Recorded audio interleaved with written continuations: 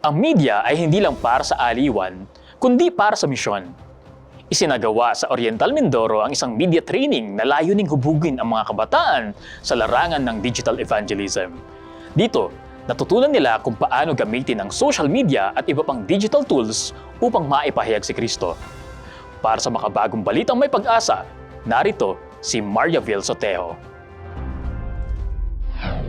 Mga talentong yumabong, mga pusong puno ng mga masasayang karanasan at isipang busog sa bagong mga kalaman.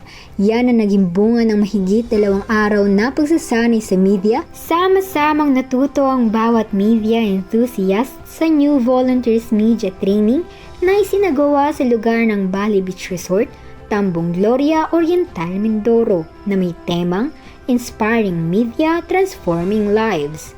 Ito ay ikalawang pagkakataon ng mga nasabing delegado na makatanggap ng libreng seminar and training sa misyon at kauna-unahang pagkakataon naman na paglilingkod ng Southern Luzon Philippine Union Mission sa nasabing larangan. Naging sentro ng pagsasanay na ito ang kahalagahan ng makabuluhan at responsableng paggamit ng media bilang instrumento sa pagbibigay pag-asa at pabalita ng Ebanghelyo. Bago magtapos ang pagsasanay, nabigyan ng pagkakataong ipresenta ng bawat team ang kani-kanilang produksyon kung saan dito nila makabuluhang nagamit ang mga karunungang kanilang napulot mula sa bawat lektura at sesyon.